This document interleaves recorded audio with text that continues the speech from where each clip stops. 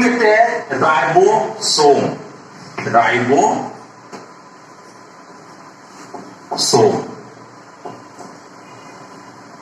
Ribosome कोशिका में पाए जाने वाली बहुत ही अत्यंत सूक्ष्म संरचना है। मतलब इतनी सूक्ष्म है कि इसको बिना इलेक्ट्रॉन माइक्रोस्कोप के देखना ही संभव नहीं है। अर्थात जब इलेक्ट्रॉनिक माइक्रोस्कोप की खोज नहीं हुई थी तो यह संरचना का हमें जानकारी प्राप्त नहीं हुई होगी। यह संरचना इतनी छोटी है कि इसको इलेक्ट्रॉनिक माइक्रोस्कोप के बिना हम देख नहीं सकते हैं।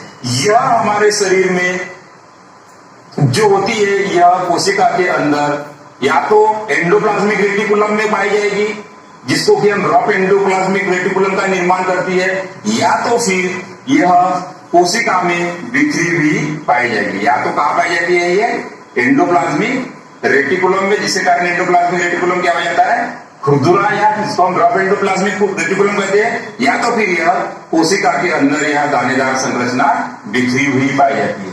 यह या तो जुड़ी हुई भी होती है, तो जुड़ी हुई होने के कारण क्या होती है, इसको पॉलीसोम कहते हैं। पॉली का मतलब क्या होता है, ये एक दूसरे से इस प्रकार से जुड़ी है, तो इसको हम क्या बोलते हैं पॉलीसोम।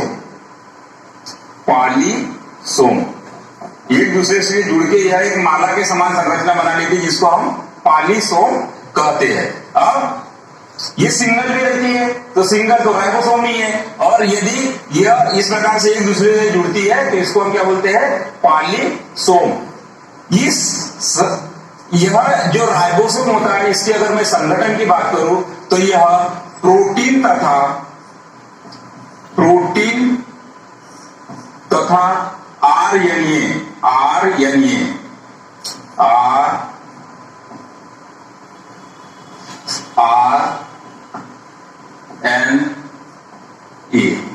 या इसको ऐसे लिख सकते हैं आरएनए। आरएनए क्या है, एक प्रकार का न्यूक्लिक अम्ल है, राइबो न्यूक्लिक एसिड बोलते हैं इसको। तो यह किससे बना होता है, प्रोटीन तथा आरएनए से मिलकर बना होता है। इसका प्रमुख कार्य जो होता है, यह प्रोटीन का संश्लेषण करता है। प्रोटीन का संश्लेषण यह बहुत ही महत्वपूर्ण काम होता है, क्योंकि प्रोटीन हमारे लिए आप जानते हो कि कितनी महत्वपूर्ण होती है। इसकी अगर हम संरचना की बात करूं तो यह 80S तथा 70S प्रकार का होता है। अब ये देखते हैं कि वास्तव में 70S और 80S होता क्या है। यह देखिए, यह दो प्रकार का होता है, एक 70S और एक 80S। 70S जो होता है, यह प्रोकैरियोटिक कोशिका, प्रोकैरियोटिक कोशिका जैसे कि जीवाणु कोशिका तथा कौन सी जो ब्लू ग्रीन एलगी या नीलहरी शैवाल होती है, इसमें यह 70S प्रकार का होता है। और कोशिका में एक माइटोकॉन्ड्रिया तथा प्लास्टिड में भी यह 70S प्रकार का राइबोसोम होता है। कहां का, माइटोकॉन्ड्रिया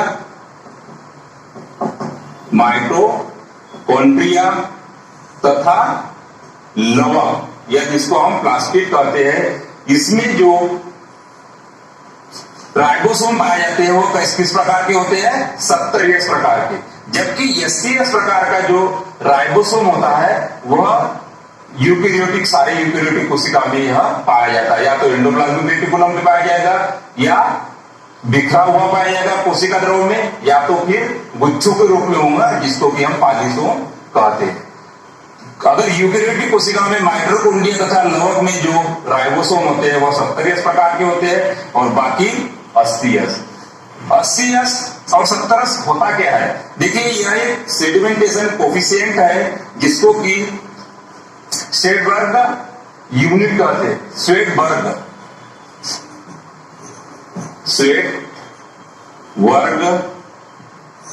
यूनिट। ये स्वेटबर्ग यूनिट क्या होती है, यह वास्तव में इनके आकार तथा इसके मॉलिक्यूलर वेट, या इसको वो बोल सकता हूं कि आणविक भार को यह व्यक्त करता है। इसमें यह दो प्रकार के, इस प्रकार से एक टोपी के समान संरचना होती है, और ये इस प्रकार का।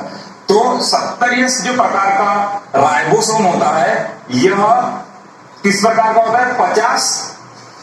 ये होती है 50S और ये होती है 30S। अब दोनों मिला के आप बोलोगे कि सर 30S प्लस 50S यह 70S कैसे हुआ? इसका तो ज्यादा कैलकुलेशन जा रहा है, लेकिन इसका कैलकुलेशन इस प्रकार से नहीं बल्कि उसकी मॉलिक्यूलर वेट से संबंधित है। तो जो 70S प्रकार का राइबोसोम होता है वह इस प्रकार से बनता है, और जो 80S प्रकार का होता है उसमें यह 60 तथा 40S तथा 60S इक्वल टू 80S बनाता है।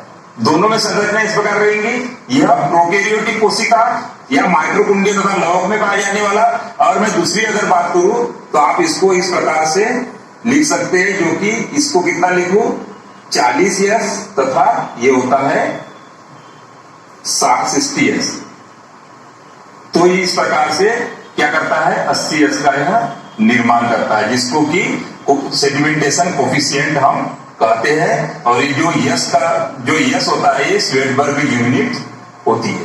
तो इस प्रकार से यह राइबोसोम। अब देखते हैं अगला कोशिका।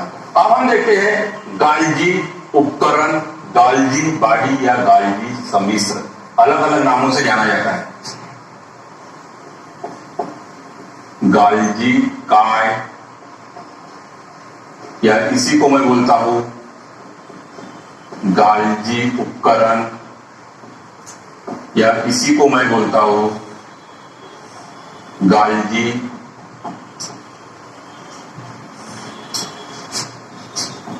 सम्मिश्र। ठीक है, तो यह अलग अलग नामों से यह जाना जाता है। अगर इसकी बात करूं इंग्लिश में तो इसको बोलेंगे हम गोल्जी बॉडी, इसको बोलेंगे हम गोल्जी एपरेटस। अगर इसको बोलूं तो यह गोल्जी कॉम्प्लेक्स। इस प्रकार से यह अलग अलग नामों से यह जाना जाता है। पादप कोशिका में इनको डेक्टियोसोम कहते हैं, डेक्टियोसोम। ये किसमें कहते हैं? पादप में। तो इतने नामों से इसको जाना जाता है। गाल्जी का है गाल्जी उपकरण, गाल्जी सम्मिश्र और डेक्टियोसोम। खोजकर्ता के नाम पे ही इसका नाम पड़ा हुआ है। इसकी खोज वास्तव में केमिलियो गोल्जी ने, किसने? केमिलियो गाल्जी, ये साइंटिस्ट थे।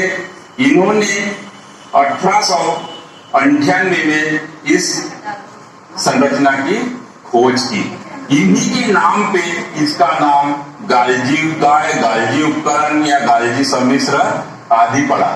तो यह जो संरचना है, यह अगर हम माइक्रोस्कोप देखें तो साधारण संरचना नहीं दिखाई देगी, बल्कि इसको देखने के लिए भी हमें इलेक्ट्रॉनिक माइक्रोस्कोप की जरूरत पड़ेगी, तब जाके इस संरचना का हमें ज्ञान होगा। इलेक्ट्रॉनिक माइक्रोस्कोप के अलावा अगर इसको संयुक्त सूक्ष्मदर्शी से देखें तो इसकी संरचना थोड़ी सी हमें कुछ दिखाई देगी, लेकिन बहुत ज्यादा अगर देखना है तो हमें इलेक्ट्रॉनिक माइक्रोस्कोप का इसके सहारा लेना पड़ेगा। अब हम इसकी थोड़ी संरचना की बात कर लेते हैं। गाल्जी काय या गाल्जी बॉडी की संरचना जो होती है वह इसमें सिस्टर्नी, इस प्रकार की सिस्टर्नी होती है, जो कि इस प्रकार से एकांतर क्रम में यहाँ पे रहती है। थोड़ी किनारों पर यह चौड़ी होती है इस प्रकार से, और इसके ऊपर यह कुछ संरचना इस प्रकार से होती है, जिसको कि हम क्या बोलते हैं? वेसिकल्स बोलते हैं। इस प्रकार से वेसिकल्स होते हैं, इस प्रकार से। और नीचे की तरफ यहां पे बड़े बड़े से कुछ वैक्यूल्स होते हैं इस प्रकार। तो यह संरचना इस प्रकार से यह होती है। ये होते हैं वेसिकल,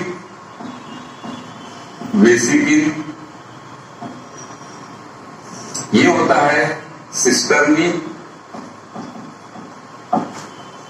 और ये होता है रिक्तिका। रिक्तिका है, इसको हम क्या बोलते हैं, वैक्यूल।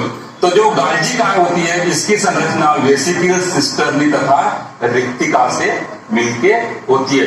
यह हमारे शरीर में प्रमुख स्रावी अंग होता है। स्रावी मतलब जिसका काम सिक्रेशन का होता है। यह जो गाल्जी उपकरण होता है, यह जो प्रोकैरियोटिक कोशिका होती है, इसमें यह अनुपस्थित होता है। किसमें पाया जाता है और किसमें नहीं पाया जाता है, इसकी हम थोड़ी चर्चा कर लेते हैं कि प्रोकैरियोटिक कोशिका,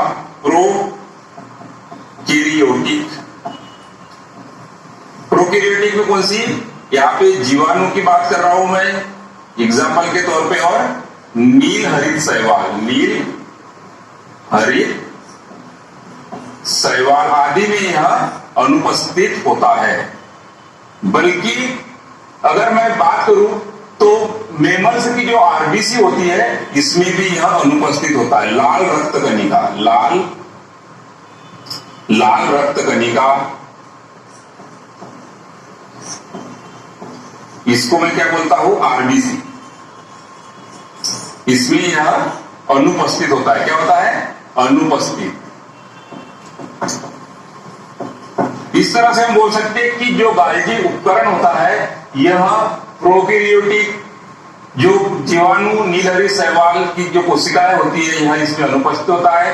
और हम अगर मेमल्स की बात करें तो उसमें जो लाल रक्त कणिका होती है, जो हमारे रुधिर का एक पार्टिकल्स होता है, इसमें भी यह अनुपस्थित होता है। बाकी कोशिका में, यूकेरियोटिक कोशिकाओं में वह पाया जाता है। यूकेरियोटिक कोशिका में तो कोशिका अंग वैसे भी पाए नहीं जाते। तो यह संरचना वेसिकल सिस्टर्नी तथा रिक्तिका से मिलके बनी होती है। यहाँ पे सिस्टर्नी, यहाँ पे एकांतर क्रम में एक के ऊपर एक आपको दिखाई दे रही है, जो कि किनारों पर थोड़ी सी चौड़ी होती है तथा ऊपर में वेसिकल्स होती है और नीचे में रिक्तिकाएं होती है। यह एक इस प्रकार के अवतल तथा उत्तल प्रकार का होता है। यहाँ पे जो होता है यह अवतल और यह होता है उत्तल। इस प्रकार से इसकी संरचना होती है।